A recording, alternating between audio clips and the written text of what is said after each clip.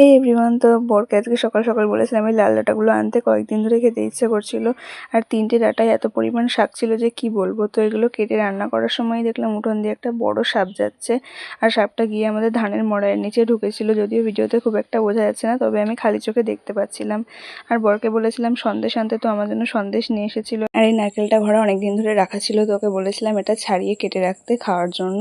আর ও কিন্তু আমার জন্য আরও দুটো জিনিস এনেছিল, এই দুটো লেস আর একটা ডেয়ারি মিল্ক। তো বেশ কিছুদিন ধরে খেতে মন করছিল, ডেয়ারি মিল্ক অনেক দিন খাই না, তো ওকে বলেছিলাম সেটাই নিয়ে এসেছিল।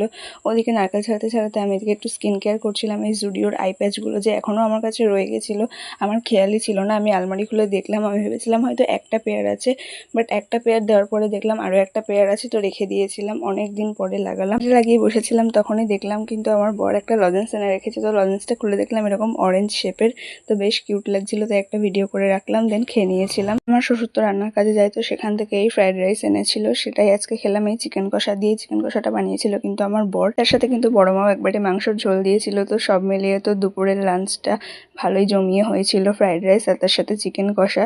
তো এটা খাওয়ার পরে তো লম্বা একটা ঘুম দিয়েছিলাম, আর বিকেলে উঠে দেখলাম সেই মেলা থেকে আনা বাদামগুলো এখনো পড়ে আছে, কেউ খাচ্ছে না। আমার বর বা শ্বশুর নরম হয়ে যাচ্ছিল, তো আমি সারা বিকেল বসে বসে এগুলো ছাড়িয়ে ছাড়িয়ে খেলাম।